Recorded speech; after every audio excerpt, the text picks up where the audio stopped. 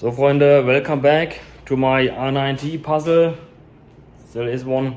This is part 3. In part 2, dropped in the entire swing arm, my new wheel shock and whatnot. As I promised there, in this part, going to change the oil on the transmission, fill the differential and make some more progress. First, of course, have to tie up some loose ends. Got some more parts that were missing. Gonna install them here to finish up some things that have been waiting. And then I changed my mind on the swing arm. I know I've been saying this in the last part that, you know what, I just leave it as it is. I can't really powder coat it because of the bearings. It's too much work. It's not really worth it. And I stand by that, but I just really can't stand this gray. The entire bike will be black, and then I have this gray swing arm on there. I thought it's gonna be not that bad while it was just laying on the ground, but now that it's on the bike again, it's not gonna work. I will hate it so much. I know that because of that, I will not like the bike as much. And then what's the point? So while I am a little bit late because I just installed it, I'm gonna take it down again and I'm going to paint it.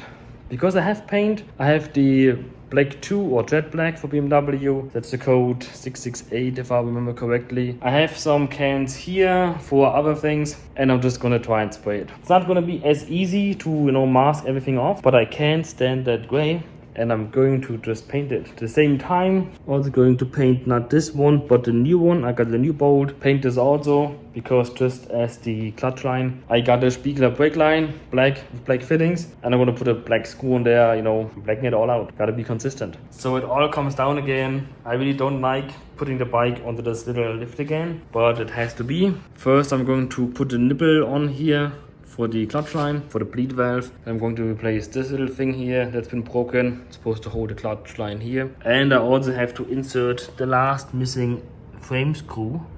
Go somewhere in here. Just to clean up those things that were missing before. And then open this one, open these two, and then open this one on the other side. And it all comes back out again. And I'm going to prepare it for paint.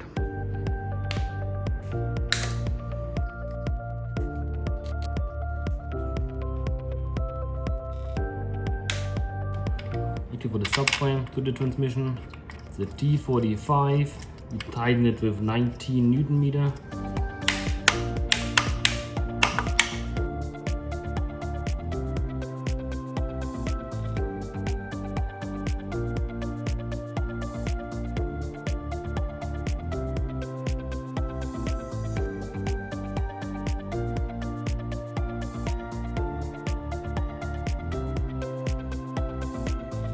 So that's how easy that comes out. We have final drive, swing arm, now preparing for paint. This is going to be the easier part. This could be powder coated, but we have to take out this bearing, and this bearing. It's, a little more than I want to do. So clean it up and then tape it off. There's quite some things to tape off, but that's still easier than the silly final drive here. Because final drive is just this part. So this here, the inner part is already black. Gotta mask it all off, clean it off of course, mask it off. This bushing is gonna be a little bit tricky. Also a lot of geometry here to mask off, because I don't wanna merge them together with the paint. Also here, this little screw, I might just spray it over that thing. But first I'm going to install the ABS sensor in here. I don't have this hole anymore. There's no oil in there at the moment. Haven't filled it, have drained it, but not filled it. I'm gonna close this off. Then I mask this off here, and that should be good.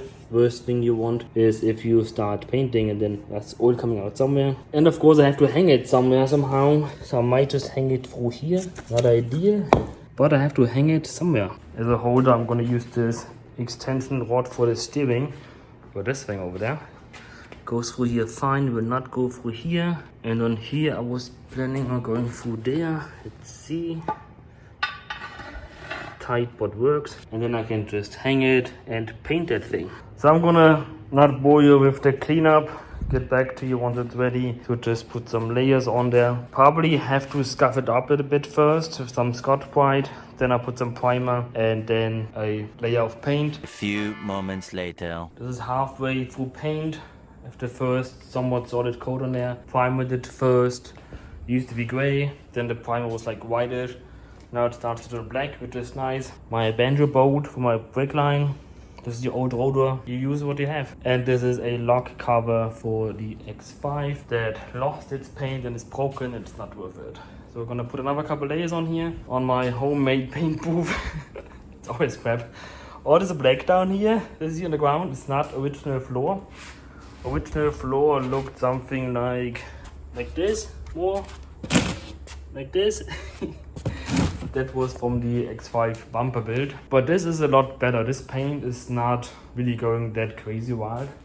The other thing wasn't really paint, it was more a enamel. That's what I used for the X5 bumper. If you haven't watched it, go find it on the channel. Custom build, and I used the enamel for that. I also had my engine crane in here, and because it's a massive bumper, hanging down here and painting, and the overspray is everywhere. This time here doesn't seem that bad. The primer is pretty good. Doesn't really spray much, other than what I wanted. As you can see, I got this paint from Touch Up Direct. They mixed it, according to the color code. Comes with, you can choose, usually a clear coat and a primer. And this can, has at least still half the paint in there. But the sprayer stopped working. It's just not coming out anymore. So I'm wasted. I think the kit is 70 or 80 bucks. And the paint, gone. Like half the thing, half the product out the window. This is very frustrating. And I will have to complain about that. Only good thing is, I have a second one. The second set laying around. Because I was planning on painting some more. But that is really, really frustrating.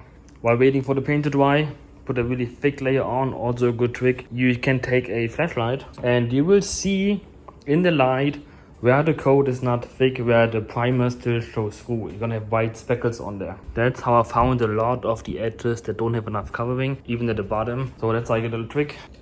I just been shaking it just for the fun of it, as I always do. You see the bottom here, there's a piece laying that belongs in here. So I believe this is actually the low beam, because high beam is gonna be full blast. So that's gonna be, or probably is the low beam, but that's gone. Doesn't bother me much, because I got a different one to drop an LED in. It's all pretty straightforward. This should fit. Otherwise there is a screw in there. What's that screw doing? It's important. For me, what is the screw doing in there? This goes in like this. Literally, you have the outlines here. You can't even do it wrong if you try. It's imperfect. Just flip this over. And you have to bend this underneath here again. Doesn't want to come up. There we go. Now this bulb is secured. You can't really see. You can see the yellow in there that wasn't there before, and you can see the LED elements there. And of course, also have to swap this thing, the parking light, whatever. It's gonna be crap. Yeah, and that's broken too. Let me see if I can get you a look of it. See, there is no filament in between. Supposed to be a wire, it's gone, nothing. So the two bulbs there are both broken. Tells you all you need to know about the condition and of this bike and how the previous owner took care of it. Didn't. Utter bastard. Anyway, it's gonna change.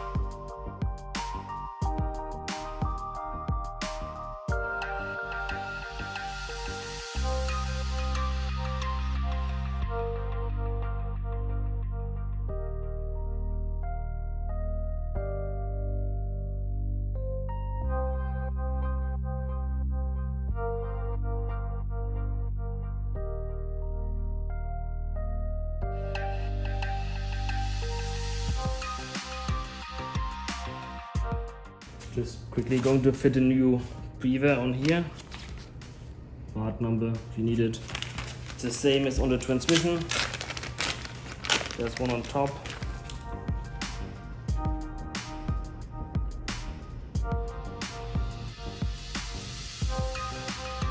So,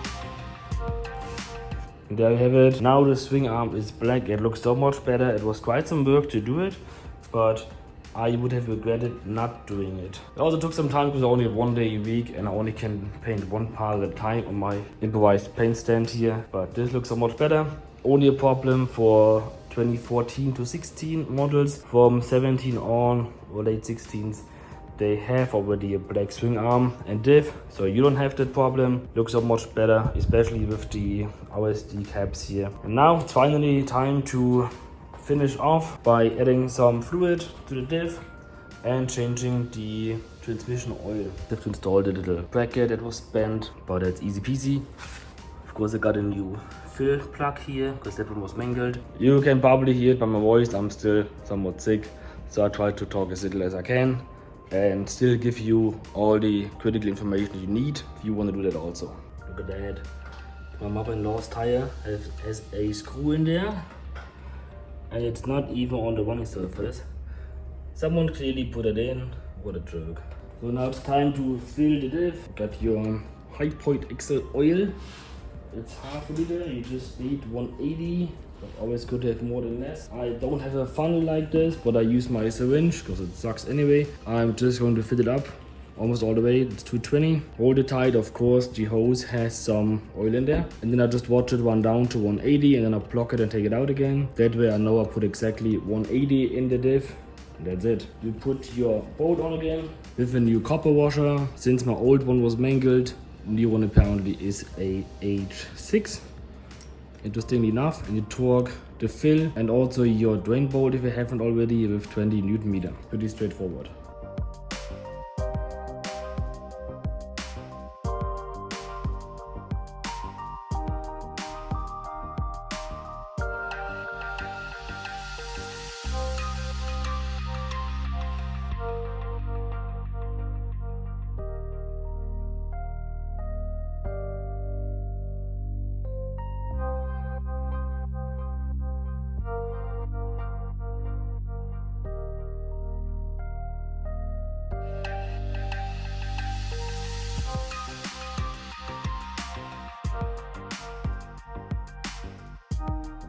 So the diff is done.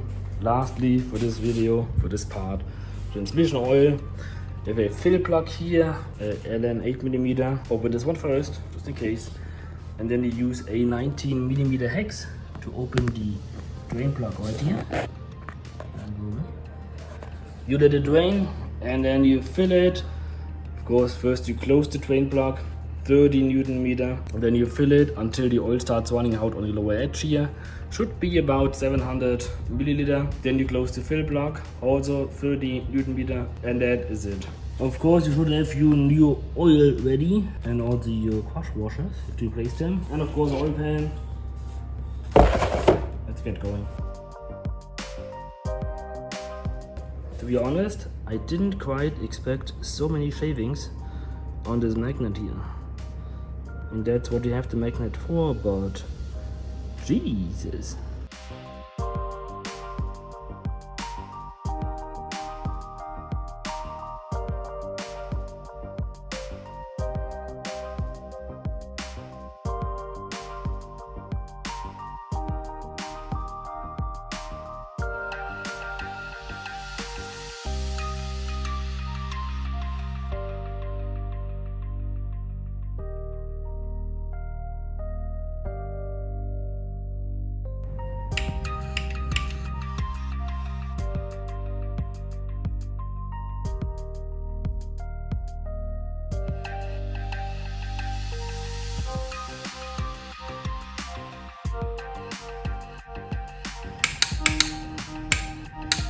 Honestly, changing transmission oil on this bike is so easy, even with all this stuff on there.